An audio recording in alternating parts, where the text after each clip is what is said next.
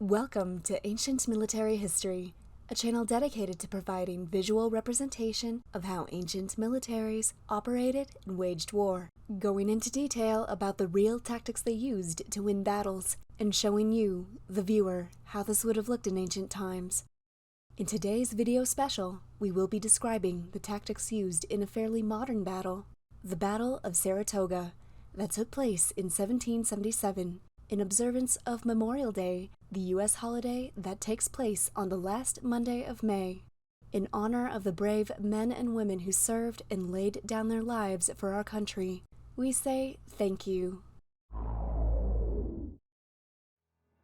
The Battle of Saratoga took place during the Revolutionary War, also known as the American Revolution, that was fought between Great Britain's 13 North American colonies and the colonial government, or the British forces that represented the Crown.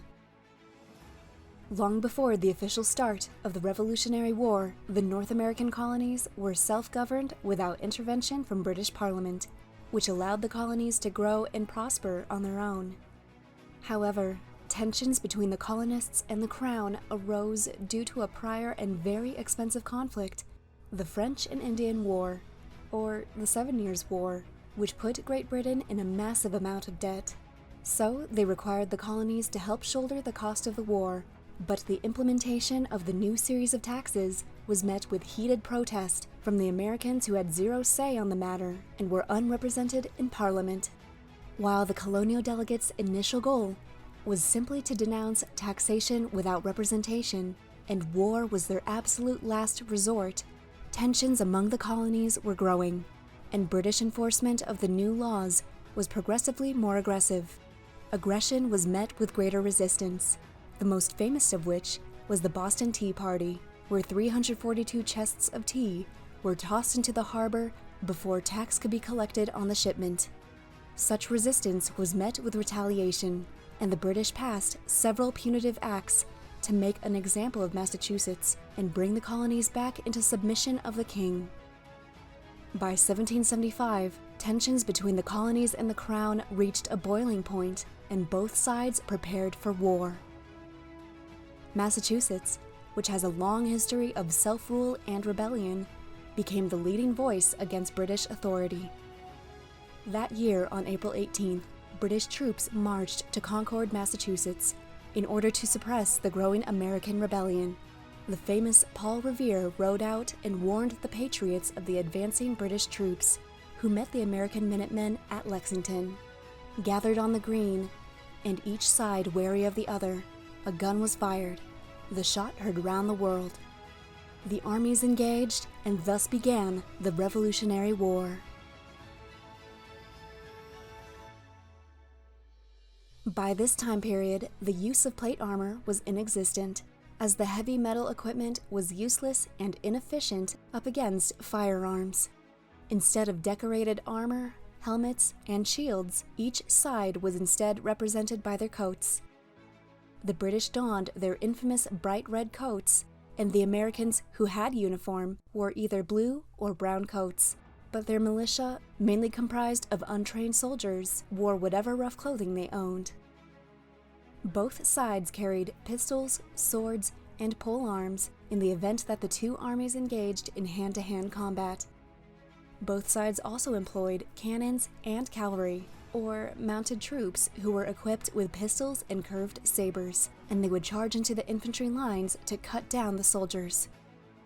However, the primary weapon used by both militias was the smoothbore flintlock musket, to which a bayonet could be attached for the up-close and personal fights. These muskets were about 1 bald eagle in length and 1.5 bald eagles in weight, or 180 centimeters and 4.5 kilograms for our non-American viewers. Muskets were only accurate to about 80 to 100 yards. And because reloading took multiple steps, a highly trained soldier could only fire off 3 or 4 shots a minute. Each side would form their soldiers in line formations, with 2 or 3 rows in each line. At a range of about 50 yards, each row would take turns indiscriminately firing at the enemy in unison, while the other row reloaded. Volume without accuracy was the name of the game. Lastly, each side also used rifles, which were immensely more accurate and, depending on the rifle, could fire up to 100 yards, but they were heavier and took much longer to reload. The American long rifles, though impractically heavy, complicated, and expensive to make, played a significant role here in Saratoga, with its deadly accuracy and able to shoot up to 300 yards away. The British were led by John Burgoyne, a man who had served with such distinction during the 7 Years' War that he was elected to the British House of Commons in 1761 and 1768, after which he continued to serve the Crown as a Major General in the Revolutionary War. In this battle, he was also supported by Baron Riedesel, who led a contingent of German allies. The Americans were led by Horatio Gates. Horatio was actually born in England and initially served in the British Army, but after serving and then immigrating to Virginia, he found himself on the side of American independence. As a strong supporter of the American cause, he offered his service to Washington in 1775, and he was promoted to a Major General in 1776. In this battle, he was also supported by General Benedict Arnold, who had not yet turned traitor, and Colonel Daniel Morgan, who led 500 of the finest American sharpshooters.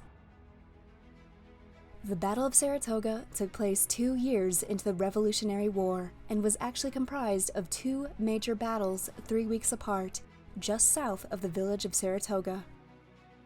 By this time in the war, the British had decided to change their tactics. They needed to split up the colonies and isolate New England from the middle and southern colonies. To achieve this, they decided on a 3-way pincer movement that would cut off New England from the rest of the colonies, and thereby cutting out the strongest support for the rebellion.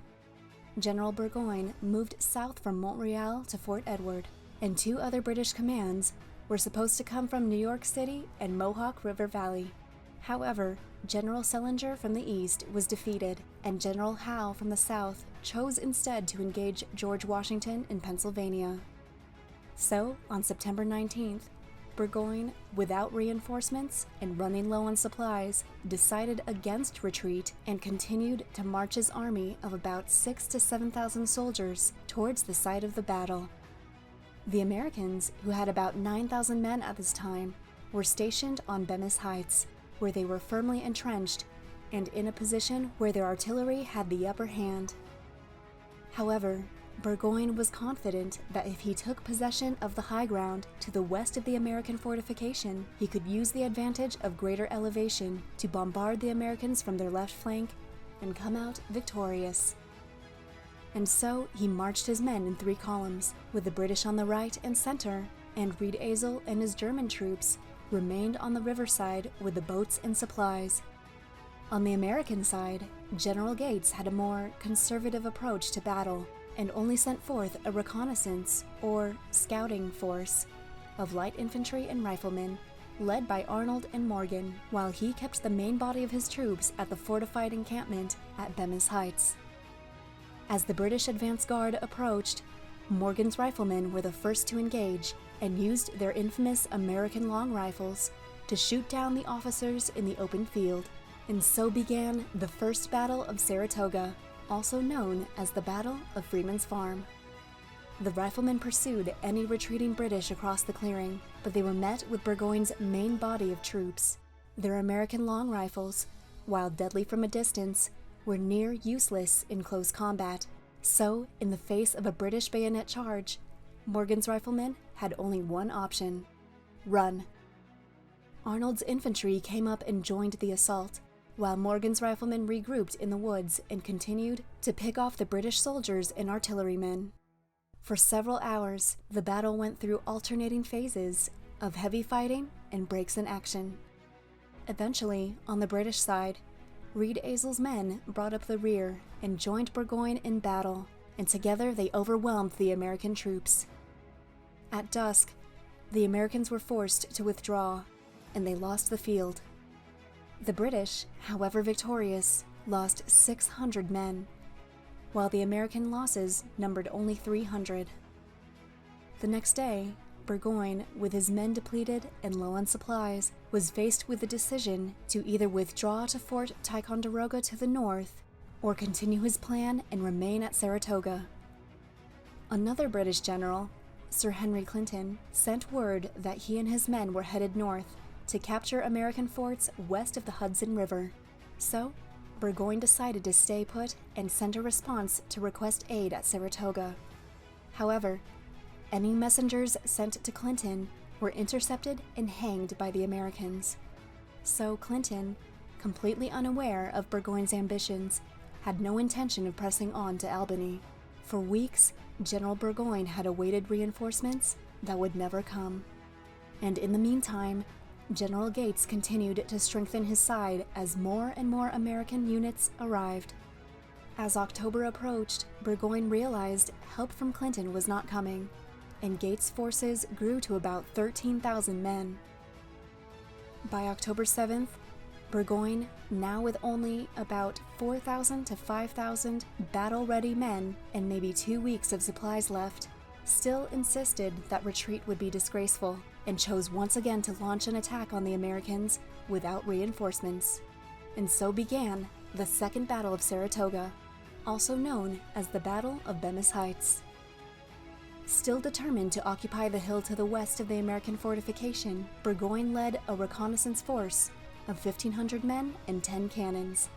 American scouts realized the British were on the move, and so Gates dispatched a brigade of soldiers, supported by Morgan's riflemen.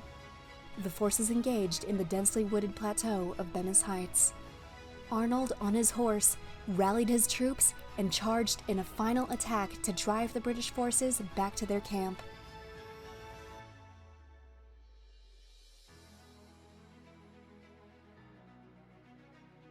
The next day, on October 8th, Burgoyne attempted to withdraw north to safety, but due to inclement weather, they stopped at Saratoga, allowing Gates and his men to catch up and surround them.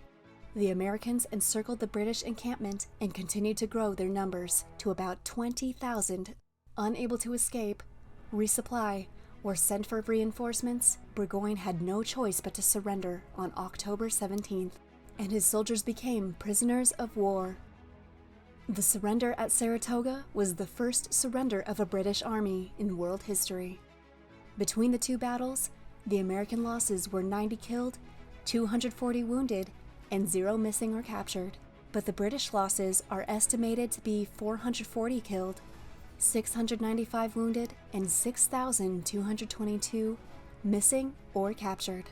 Having suffered a humiliating defeat, Burgoyne returned to England and received no further commands in the British Army.